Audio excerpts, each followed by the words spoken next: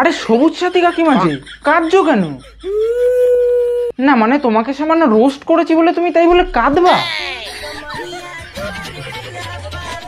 ওরে বাবা, তাই ভাবি তুমি তো কাদার মানুষ না। বাই দ্য ওয়ে ঠাকুমা, তুমি কিন্তু বাদর নাচটা সেই পারো। এই এক সেকেন্ড, এটা কি করলি? বলছি কাকিমা একটা কথা বলবো, রংটা এইভাবে মাখায়, ঠিক আছে, নট ওইভাবে।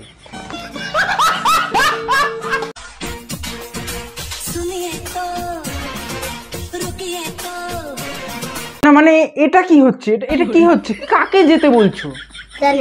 যখন আমাদের এই সবুজ সাথী কাকিমার মাথায় মির্গি ওঠে, যখন আমাদের এই কাকিমার জোরে হাগা লাগে,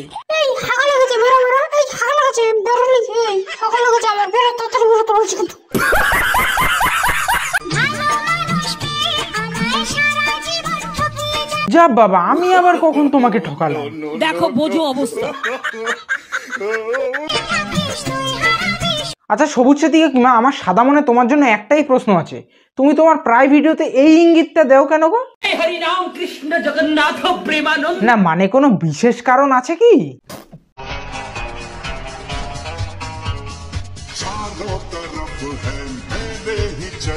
ও বাবা ঠাকুমা, তুমি যে এত সুন্দর নাচ জানো, সত্যি তা আমি আগে জানতাম না।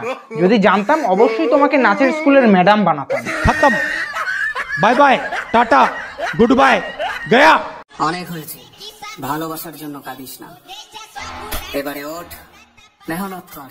বিশ্বাস করো বন্ধুরা, এইসব দেখে আমার মন থেকে মাত্র একটা কথাই বেরোচ্ছে,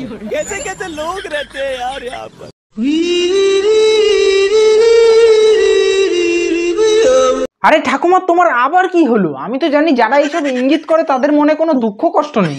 অবশ্য দুঃখ কষ্ট থাকবেই বা কি করে বলো? অন ক্যামেরায় যদি এরকম ইঙ্গিত করতে পারে, তাহলে অফ ক্যামেরায় কত কিছু করতে পারে তা কপালই জানে। শখের মানুষ ত্যাগ করেছি বস, মনটা তো পাথর হবে না তোমার ভিডিওটা সবকিছুই ঠিক আছে, কিন্তু এট লাস্ট এসে কি এগুলো কি? না তোমার কি বাড়িতে হাগার জায়গা নেই, নাকি তোমার মধ্যে মির্গি রোগ আছে? কোনটা একটু বলবা আমাকে? খুব দারুণ লজ্জার ব্যাপার।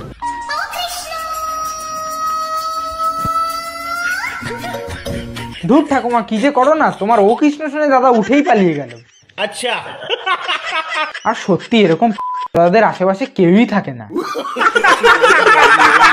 বন্ধুরা যারা যারা ভিডিওটা দেখছো তারা অবশ্যই আমাদের এই ঠাকুমা মানে সবুজ সাথী কাকিমার জন্য অবশ্যই একটা লাইন কমেন্টে লিখে যেও। ঠিক আছে, আমি জল ধরাও না, তেলে বড়াও না,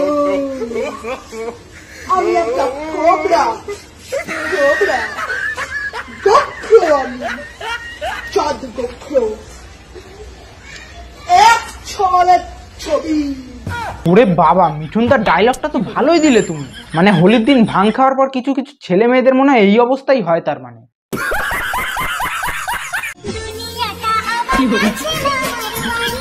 এ রাম, দীপঙ্কর দা শেষ পর্যন্ত তোমাকে বউয়ের পাল্লায় পরে নাইটি পরে নাচতে হচ্ছে। এতদিনে মনে হয় সবার মনস্কামনা পূর্ণ হলো তাহলে। আর দুনিয়া তোমার মামা বাড়ি কিনা সেটা অবশ্যই এখন তালে তালে বুঝতে পারছো তুমি।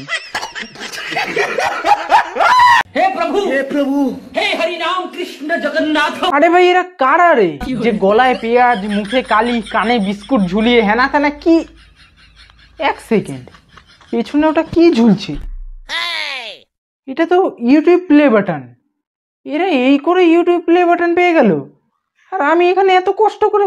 हम लोगों ने गरीबी देखी, साला ये दुख का खत्म नहीं होता बे। এইসব দেখার পর সত্যি বলছি আর ভিডিও বানাতে ইচ্ছা করে না। যারা আসলে কষ্ট করে তারাই কিচ্ছু পায় না, আর যারা এইসব কালি ঠালি লেপে টুপে ভিডিও করে তারাই।